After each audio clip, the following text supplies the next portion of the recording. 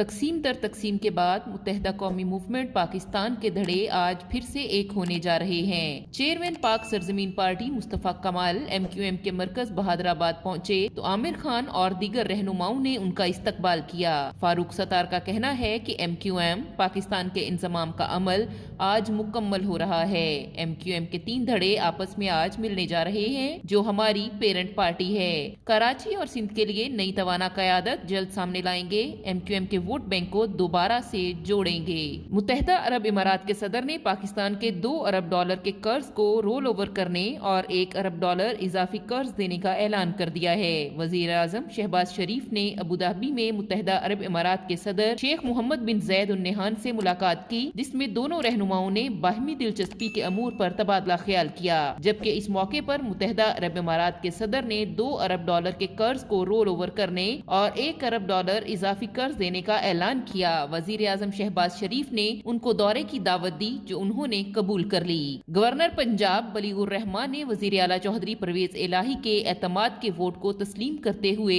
D notify کرنے کا حکم واپس لے لیا۔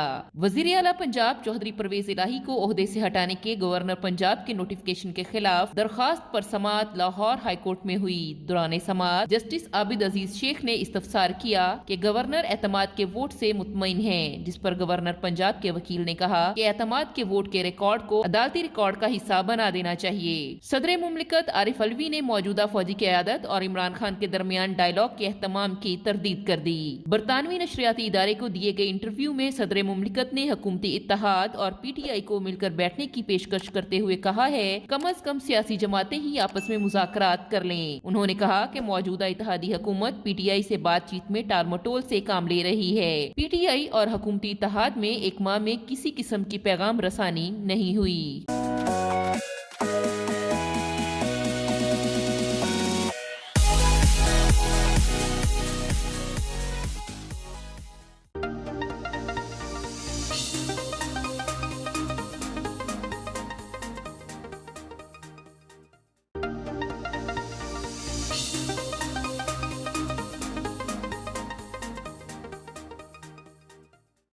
ہم لائیں گے آپ کے سامنے معاشرے میں ہونے والے مظالم پر ماہر قانون دانوں کے تجزیے اور تبصرے۔